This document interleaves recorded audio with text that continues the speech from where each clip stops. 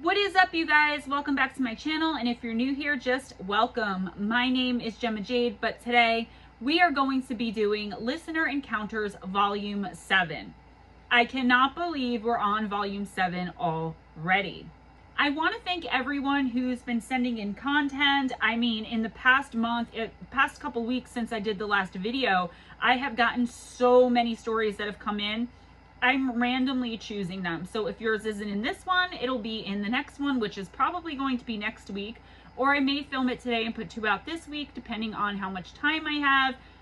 I never know what my day is going to be like. I'm sorry about the sticky notes. I am in the middle of changing my setup. This right here is my green screen, which I'm going to open up and try to get done today and move to a different part of my room where I'm not stuck in a little corner and I can actually move.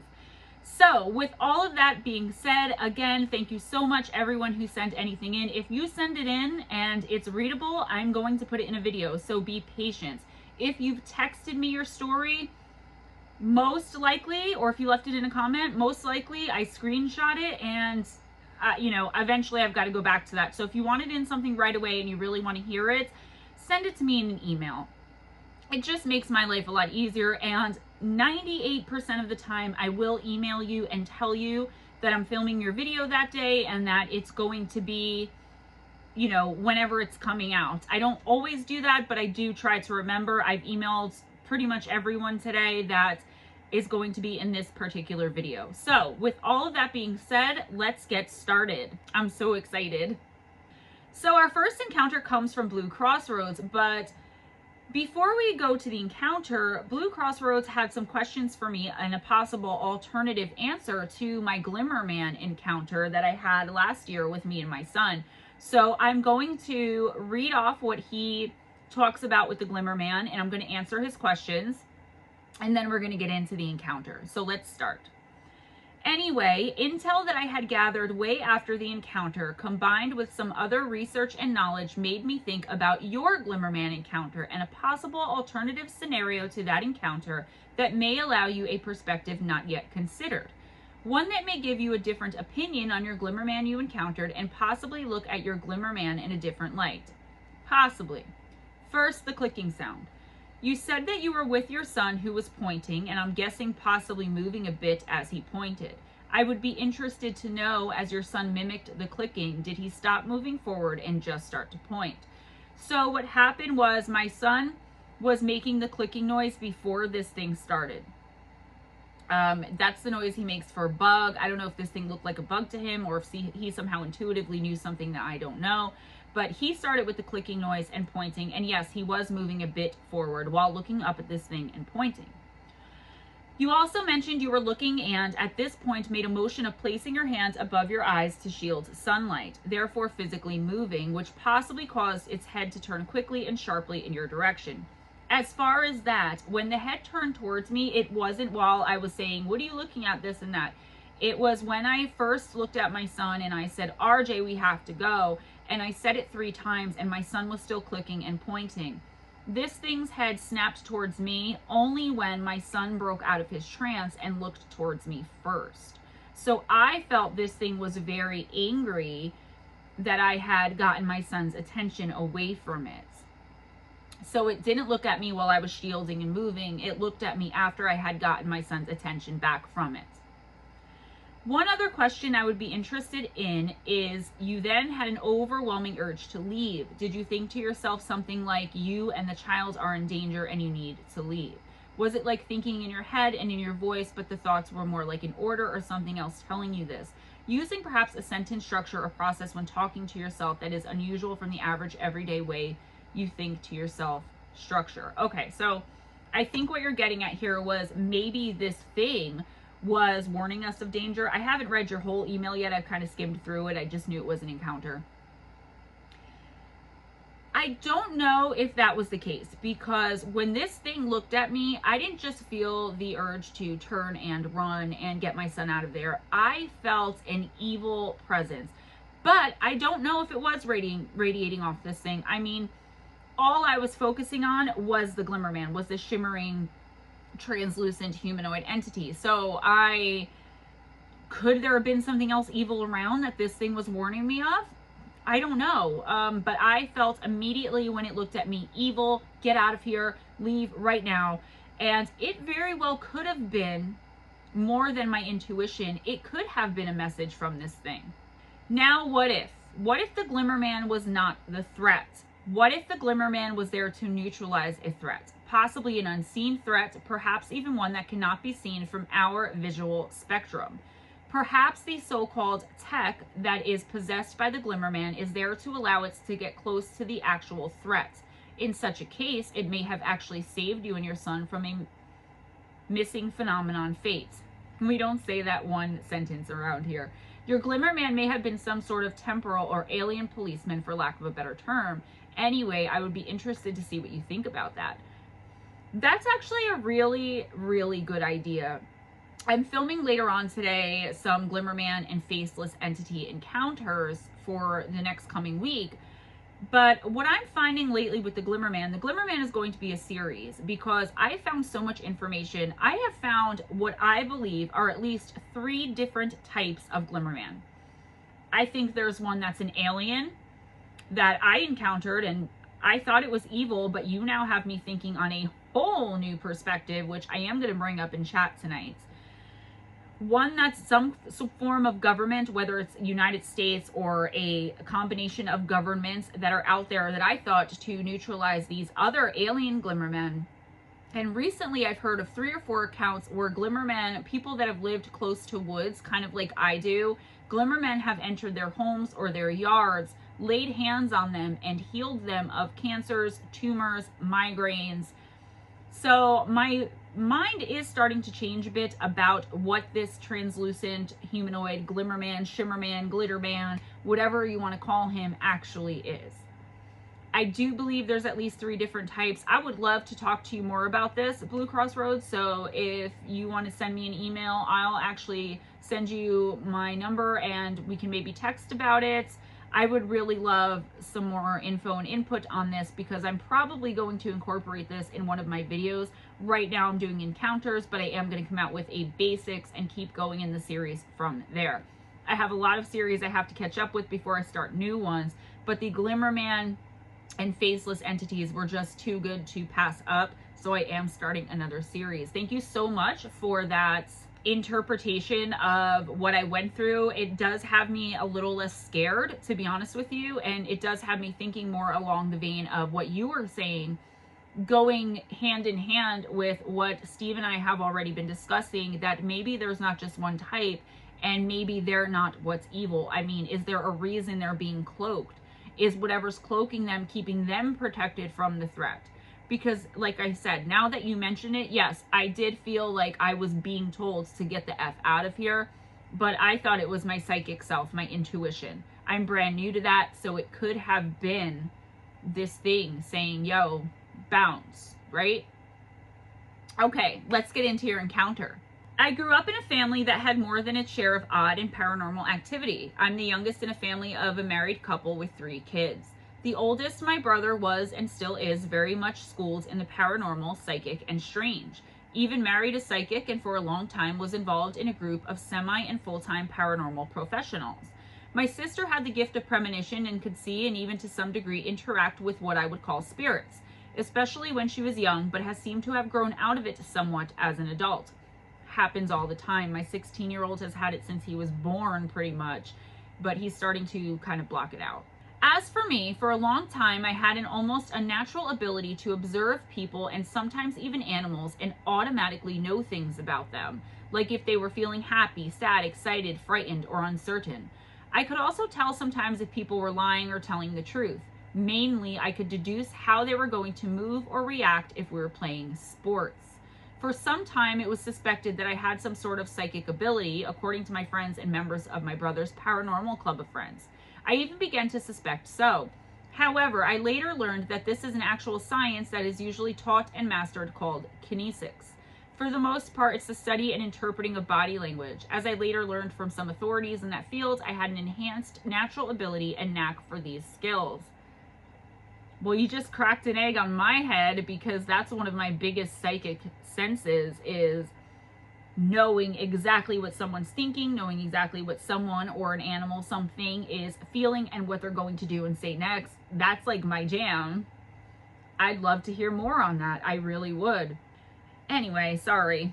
I tell you this to establish and better understand that even though I am by no definition a professional in things paranormal, I have had more than the average person's experience in such matters by exposure and being around others who are. In other words, not my first time to the rodeo. I also learned and developed a healthy respect for knowing there are things and forces out there that are based in a much larger reality than the one most people live in and place their boundaries of understanding into.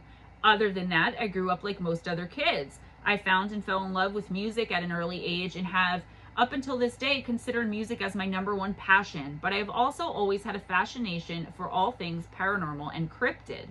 Probably due to my ability and my deep sense of country, duty, and commitment to community, I chose a career in law enforcement. I have worked and trained in many different capacities as my career evolved and worked with and within several agencies to include both local, state, federal, and international departments. This has caused me to gain specific knowledge and required at sometimes disclosure and security clearance requirements, which even until this day are in effect for certain aspects of involvement in some capacities of my prior career, to include some supernatural stuff. Therefore, due to this, as well as how often it may affect others still working within this realm, I must be vague about true identities, locations, and some things I can't as of yet discuss openly. Okay, we can deal with that here. Throughout my life in this career, I have had several encounters with the paranormal realm, most of which I can discuss to a certain degree. The following is one of my most vivid. I started my lifelong career in a major southern city as a police officer back in the mid-'80s, but it didn't take long for my career to take off, and it eventually required me to move from there.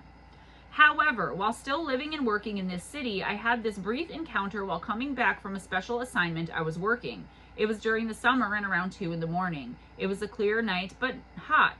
Not just hot, but Mississippi Delta hot.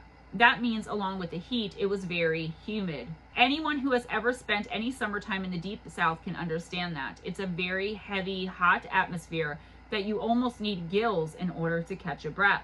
I was in my personal vehicle, which was a brand new Chevy Camaro, had the T-tops off and the radio loud, the way I like it. Still in my uniform, including bulletproof vest and gun belt with all the regular equipment attached to it. I had already stopped and got myself a soft drink and was using the breeze to cool me down from a hot night of work. Gotta love the Camaro.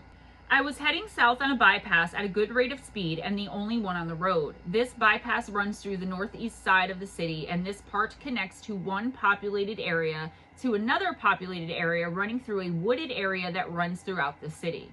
Also on this part of the bypass, the road is slightly elevated as the surrounding area is lowland, and also running through it is a river, which a few miles from here connects with the Mississippi. This area is commonly referred to by the locals as the Bottoms.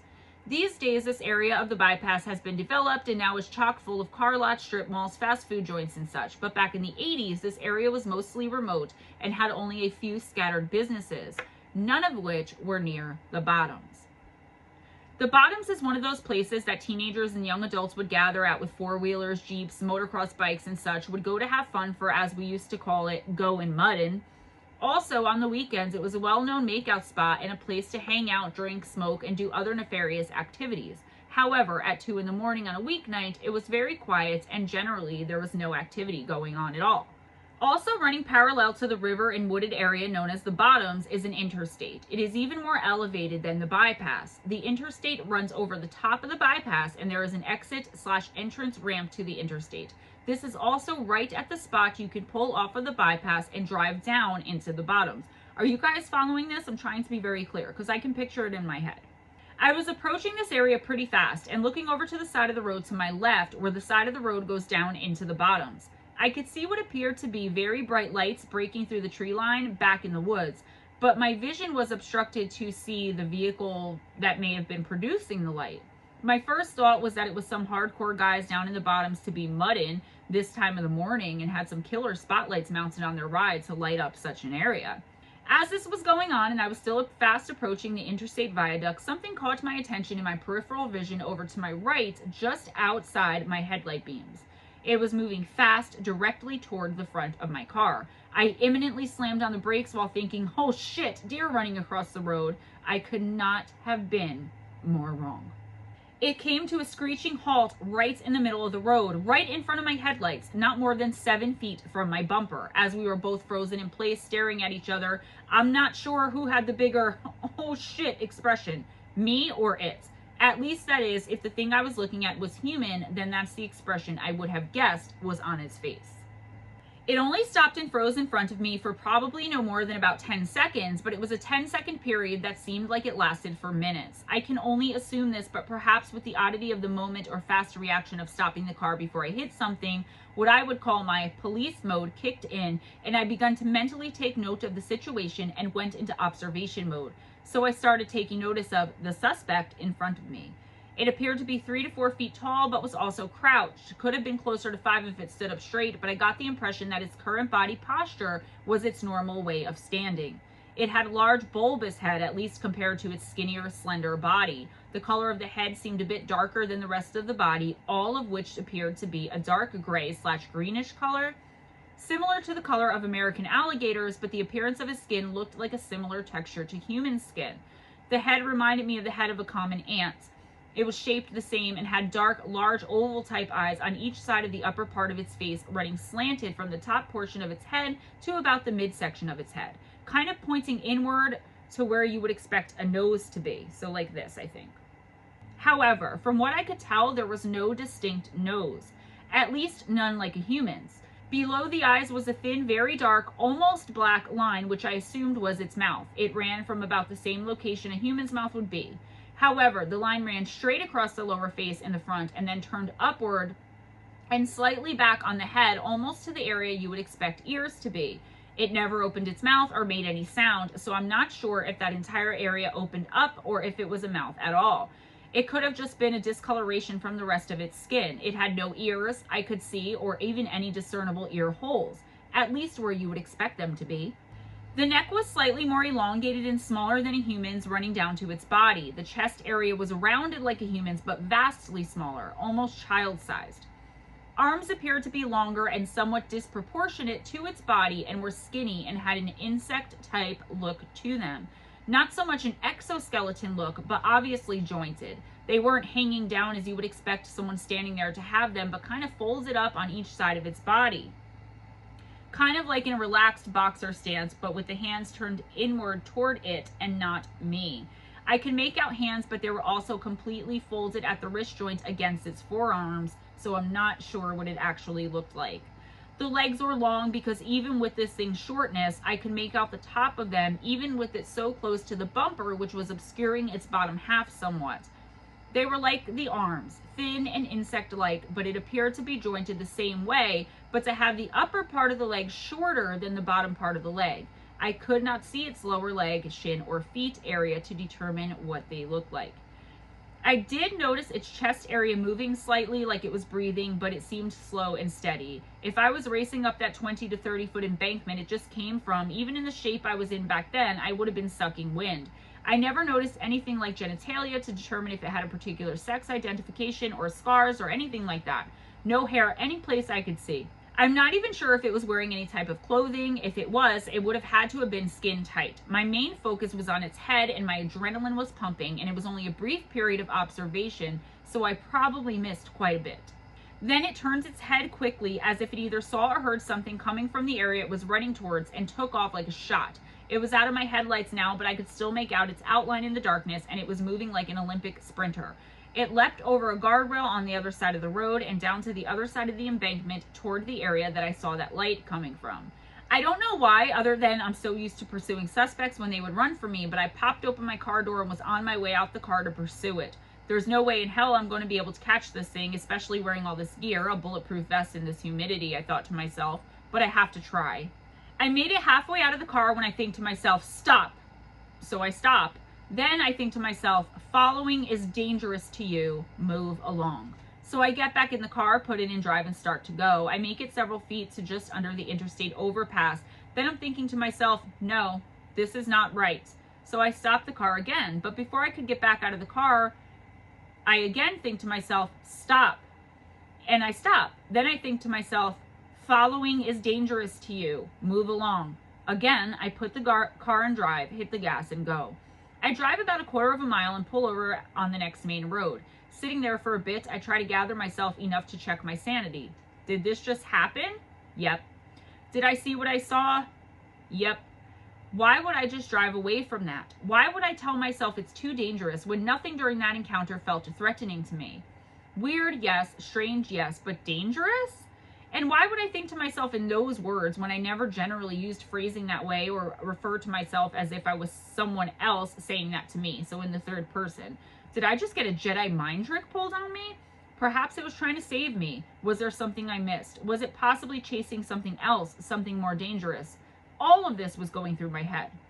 One thing I know from my training is that witness observations deteriorate quickly. I'm also paranoid now that if it was not me thinking this, and I'm still battling that issue to this day, could I somehow have this stripped from my memory? So, time for documentation. I pulled out my notebook I used for documenting my police activity and wrote down everything I could remember. Another thing I know from my past experiences with anything supernatural is only share with those who can relate so as not to tarnish your public life. That's a good point. I then tore those pages out of my notebook and kept them till this day. Finally, after about 30 minutes of documenting and de-stressing, I turned around and went back. I found exactly what I expected to find. Not a damn thing. No creature, no light in the woods, nothing other than the skid marks where I had slammed on my brakes.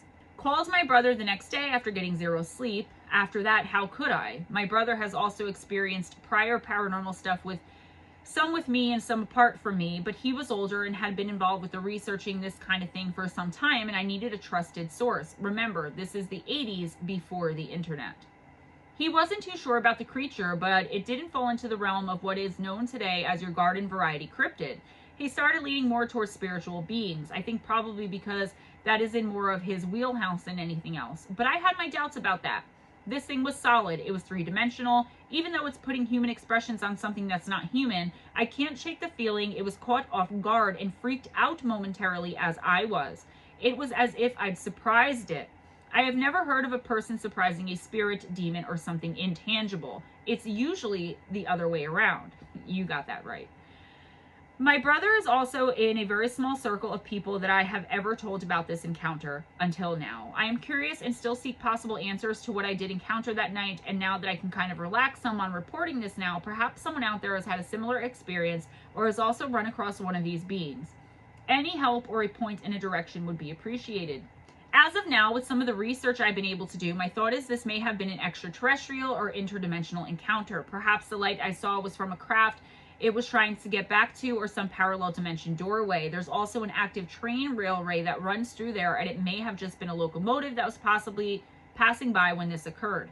I've seen other trains passing through there, but don't ever recall the light being that bright, but who knows? There's also stories from Indian tribes of the ant people who dwell deep inside the earth, so lots to think about. Today I reside in another part of the South. I am now retired law enforcement and have worked for several agencies, both local and federal, in various capacities, mainly within specialized units. I would like to say that this encounter was my last supernatural encounter during my career and lifetime, but there have been a few others. Those are stories for another time. Wow. This sounds extraterrestrial to me. My mother is Native American. I do know a lot of the stories of the Cherokee Nation, the Iroquois Nation, just Native Americans in general, and I do know of the ant people that live in the earth. But I think that this was a gray slash insectoid, a gray slash insect alien. And I have my opinions on the grays, how they used to be on a planet just like Earth. They used to look very similar to how we do, but they got so caught up in technology, they lost their humanity, they ruined and destroyed their planets, had to live underground over, thousands and thousands of years and generations. They lost their ability to procreate. So now they abduct humans with the permission of the United States government and have these hybrid programs because they're trying to save their species. I'm just saying, I have had experiences with this exact creature that you're talking about, only, I guess not exact, because there was a difference. The arms weren't jointed into the forearm. They were just regular grays. These sounds like insect grays. We have a lot of listeners here. We have a lot of subscribers. We have a lot of people that just pop in and listen. If anybody has had a similar experience, even if you don't want me to share it publicly, if you would pass it along to me, mention it in a comment, email it to me so I can speak to Blue Crossroads about it, and maybe you guys can talk about it some more. Blue Crossroads, I thank you for your service. Also, I also thank you for sending in this amazing long story, great content. I definitely appreciate you, and anything else you want to share, feel free. I have people that share things with me that I don't make public because they ask me not to. Just my thirst for knowledge about everything paranormal, cryptid, supernatural, because of all of the hundreds of experience I have had pretty much since I can remember when I was 4. So that's about 34, 35 years now. And I'm finally learning that it's okay. It's not something to hide. It's not something dirty. Thank you again. Thank you so much for sharing. Our next encounter comes from Tony, the ultimate Gurner for learners, Jones. I love that name. Every time you come into a live stream, I'm like, yes, love the name. Hi, Gemma. I'm Tony. Love your channel, by the way. Thank you, Tony. My YouTube name is Tony, the ultimate Gurner for learners. Well, it all started when I moved into my disabled sister's flat after her husband died. He wasn't a good person at all. He took advantage of her big time. But it started when me and my kids, I have them on the weekend on Fridays, I was on my gaming console and had a weird feeling that someone or something was watching me. So I got my tablet and started recording and left the room for a while. After about an hour, I checked the recording and was shocked about halfway through. I heard a voice and it sounded like an elderly man saying, "Go on the cut," which, if you're not sure what cut means, it's our way of saying the canal, which by me are loads. I was freaked out. Then after about a week, when I was on my own, I started hearing voices, whispers, but coming from at least 4 to 5 people or entities at once. It progressed. I was seeing around 6+ translucent figures walking past me, literally a few feet away. I didn't feel alarmed at first. I was interacting with them. When I put my hand towards them, I could see them doing the same. I was overwhelmed by this. I even saw dog-like figures running around as well. I can't remember when, but all of a sudden, I started feeling scared. I got a different vibe from these beings. They were at least 6 feet tall and even hovered above me when lying down on the couch. So close, but I can't see details, only outlines of a body shape. I'm still seeing them. I catch them in my peripheral vision. About a week ago, I got really scared because around about 3 a.m., I saw one of them by my window, and all of a sudden I saw its eyes, but not normal eyes. They were a lime green and very sparkly, like flash. Now and then I once saw a documentary about a doctor who evaluated prisoners who were in there for their crimes, but they had stories to tell about when they used to take methamphetamines. The doctor studied this for years, saying people who do these types of drugs open up a portal to other dimensions because most, if not all, of the prisoners saw these lime green eyes, and they said pretty much the same as me. They also said once you see them, they never leave you alone, ever. It made some of them mad. The doctor believes these are demonic beings. I'll keep you posted on what happens with me if you don't mind, but for now I'll keep watching your channel and learning about the paranormal. Anyway, best wishes from over the pond, Tony. P.S. I have more stories to say about the paranormal. I got one about me years ago when I used to do the Ouija board. I think it may stem from there, as ever since I've done it, I've had the worst luck, from losing my parents to more. Anyway, see you soon. Tony, I'm very sorry about the loss of your parents. I've never heard of these green-eyed kind of translucent entities. I would love for you to share more and tell me exactly what these green-eyed figures looked like. I'm also going to look for that documentary. It sounds extremely interesting. As a recovering addict myself, I didn't use methamphetamines, but I did see some crazy things while high, and I was not on a hallucinogenic. I feel like instead of blocking the things out, I did open myself up more when I was using at certain times. Anything that you want to share as far as getting spirit or soul attachments from the use of a Ouija board, where you feel like, you know, something's attached to you that's dark and depressing and kind of negative on your energy and on your soul, you should look into getting a white witch to go in and bless your home. Feel free to share any stories with me and or Steve, because sometimes we do the same stories. Our style's so different. A lot of the time people don't even notice until we get into the middle of the story, like, oh, Gemma did this, or oh, Steve did this. So thank you so much for sharing that part of you. It sounds really creepy, but it also sounds really interesting because the only like bright green-eyed beings that I've heard of are these new shadow people that suddenly, instead of red eyes or yellow eyes or orange eyes, have green eyes. Our next encounter comes from my Pam cake, Miss Pam Smith, mine and Steve's super fan, definitely a member of our tribe who has been with me since the very beginning. Pammy, I love you and thank you so much for sharing this. You say in the beginning that if we want to fix up or switch anything, normally the only thing I change is if like your sentence structure or a word is misspelled or something, but the meat of the story stays the same. It's kind of just making it readable, but so far it seems fine. Here goes. Picture as you will, small town USA in rural Ohio, a village in the late 60s to early 70s. Nestled up against Wayne National Park. It's grown out these days, but was a steel town back then. We lived in a subdivision like up the hill from what was called the city park. We had a front hill and a back hill above the park. You could get to my house either way. If you went up the front hill, my cousin lived close to the bottom near the park. About 100 yards, if you turned left, it made a backward L, or you could keep going straight up the hill, and my best friend lived up that hill. And of course, older brothers and sisters, but our houses all faced the road. Our backyards were all connected. Back then, everyone had gardens. At the garden line were woods that backed up to Wayne National Forest. One day, we were all coming home from the park. My cousin, who was about 3 years older, who has since passed on, of course left the group first. Then I walked up the hill to my turn, told my friends bye, and headed home. And of course, they in turn headed up the hill on their way home. We lived on the right side of the road, and mine was the 5th house down. I'm approximately 5, maybe 6 years old. I get to my neighbor's house, and under my porch, I see something.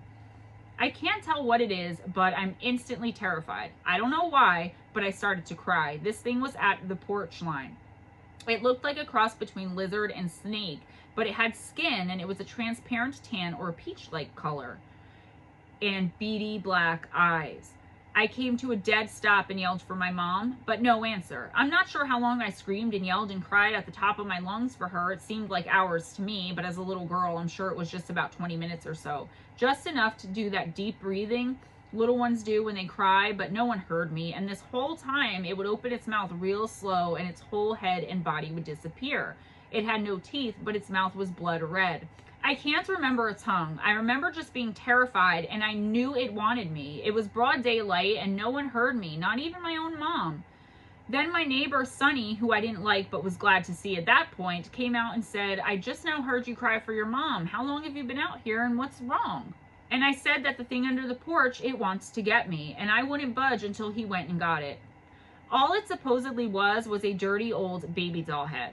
Okay, no, that's not what I saw. Not at all. And all my babies were plush Raggedy Ann, Andy, Holly, Hobby, baby doll heads. And the only sister I had by my mom was 14 and had been gone for 2 years. Like, she was at my dad's because she wouldn't listen to my mama. I walked that path every day. There was no baby doll head. And where was the rest of the doll then? Baby doll heads don't just appear. How did it get there, and when and who put it there, and how did it lose its head, and why was it so dirty, and it had one eye open and one eye shut. And I can remember Sonny's dad telling his mom, yeah, she's gonna have her hands full with that little one. She's sure acting out since her daddy left. I promise it wasn't that at all. I don't know what it was, but it wasn't a baby doll head. But how could it change that quick in broad daylight? Holy crap, Pam. Now, you labeled this as a possible shapeshifter encounter, right? I don't know if this is a shapeshifter encounter, but it's definitely really interesting. Just how it disappeared like that with no teeth. Could it have been something a little bit more alien, maybe akin to our recently found out Glimmer man? I'm going to look into this for you. And as with all the other encounters, if anyone listening, watching, you know, has had an experience like this or knows what we could be dealing with in any of these encounters, please feel free and email me so that I can give the people who are sending this stuff in, looking for answers, trying to figure out what it was they saw to know they're not crazy, right? A little bit of comfort that they're not alone. Like Sirach's jellyfish encounter. I have information about that I have to go through. Sirach, I got you. I haven't had time. but as soon as I go through it, I'm going to send it to you. I believe it was alien and demonic, but something that was summoned into your home by someone else. But that's a whole other story. If anyone else has seen anything or heard of anyone seeing anything like what Pam experienced, please reach out. Our final encounter for Listener Encounters Volume 7 is, of course, from our very own Jason Zorn. It's been a while since I was able to send anything due to drama and several other things, and this isn't paranormal or even really cryptid, but sort of semi-cryptid. Palestine, Texas, and Frankston, Texas are literally where I spent a majority of my life from childhood through most of my adulthood. That whole area of East Texas is just crazy with weird stuff. Anyway, I was an absolute butt when it came to being in the woods. If I wasn't in school, which I dreaded, or asleep, then I was in the woods. Okay, so he was crazy about being in the woods. He was always in there. Sorry, I didn't understand the way you wrote that, Jason. 1985 in Palestine, we lived in a small redwood house at the end of a dead-end street with a neighbor about 50 yards from the front of our house and with tons of thick forest and hills all behind us. Our backyard was about a 1/4 acre, and behind our yard was a field about 2 acres, and behind that was woods that went on for quite a while before hitting a narrow paved road. Once you enter the woods, there's a steep hill with a trail going down to a deep ravine with a dried up creek bed and a huge dead tree laid across it like a bridge. Then the trail goes up a really steep hill, then winds around for about 1.5 miles or so. Then you come out of the forest to a pretty huge open field with tall grass and weeds. This is where I was standing, my 12-gauge shotgun in hand and a .22 Magnum revolver on my hip. I'd been here more than a few thousand times, and I was walking towards the southwest side of the field. And the field is basically surrounded on 3 sides by woods, but the west end on the south side was the narrow paved road. On the other side of that road was another open field, and in that field were soccer fields for school teams to practice. And of course, more woods. But I had just reached the southwest side, the road to my right, when I saw movement. Quick movement straight ahead. A huge black cat, which I absolutely swear could have only been a Black Panther, leapt from the thickness of the trees and landed with a thump. I froze. Now, all that happened was probably no more than 5 seconds, but it felt like a lifetime. I stood in absolute awe and fear of this enormous cat. I've never seen anything that big outside of a zoo, and this time there was no fence, and it was no more than maybe 40-45 feet from me, so I got a really good look. The rippling muscles of this cat were amazing. When it landed in the field, its head turned to its left, my right, and it looked in the direction of the soccer fields across the road, and then it turned its head forward and locked eyes directly with me. I didn't know so many things on my body could pucker all at the same time, but they did. Just when I thought I was as good as kitten chow, the panther turned its head to the right, facing more woods, and silently leapt into the trees. I heard 2 snaps of branches and then silence. I was glad it seemed to be going away, but unfortunately it was going in the direction I had to go to get back home. Needless to say, my head was on a swivel all the way back. A lot of people say they don't believe Black Panthers roam East Texas, but I know for a fact they do. There's a show that used to come on TV called Monster Quest, and they did a whole episode on Black Panthers, and guess where they filmed it? Palestine, Texas. Check it out. I think you can find it on YouTube. Anyway, that's what I got for now. So the reason I put this in here is, okay, I don't know anything about animals and geography and all that kind of stuff, but I was just watching something about phantom panthers in the woods. And this was the woods of, I believe, by not the Bennington Triangle, the Bridgewater Triangle. So I was watching this whole special on that, and they were talking about phantom panthers.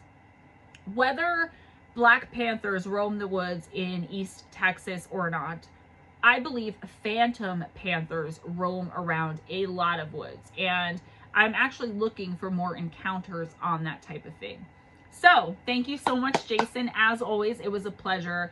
Thank you to everyone who contributed: Blue Crossroads, Tony, my Pam Cake, Pam Smith, and Jason Zorn. Guys, I love you all so much. To everybody else listening, please, if you have any encounters with the supernatural and or paranormal, please send them to my email at gemmajadeParanormal@gmail.com. Also, be sure and give this video a big thumbs up if you enjoyed spending time with me, but also for the people who were brave enough to share this part of themselves with not only me, but us, with our community. We have to stick together in this community. Steve and I always say we're one big tribe, right? We found kind of our people. That's what I absolutely love, is there's never any judgment or hate or nastiness or anything like that. So it's all good, baby. Also, subscribe if you aren't already. Check out that description box for some important links. We're still looking for justice for Caleb Smith. We are not going to give up on that. Click the link for the 2-hour live stream Steve Stockton and I did with Caleb's mother, April Arrington. We're still going to do a podcast, guys. It's coming. We've been saying it for like 8 months now, but believe me, it's coming. God is lighting the way. April, if you're listening, we love you. We have not forgotten you, girl. Also, check out the links for the live streams on Missing Persons and Mysteries. You have STEMMA, myself and Steve Stockton, on Sunday nights with Fireside Chat, on Friday nights with Campfire Stories, both from 7 to 8 p.m. Eastern Time. And then our new live stream on Wednesday nights right here on the Gemma Jade channel, Gemma Jade Live, our Oracle readings, which we're doing for 2 hours every single Wednesday from 7 to 9 p.m. Eastern Time. And also in the description box will be my email. Also, Patreon and PayPal links if you want to make a financial donation to the channel, and channel memberships coming soon, guys. So that's incredibly awesome. Be kind to each other. It doesn't cost anything. Be kind to yourself. Always go in grace. Smile at a stranger. Have your best day. Have your best night. See you next time. Love ya. Mwah. Bye-bye.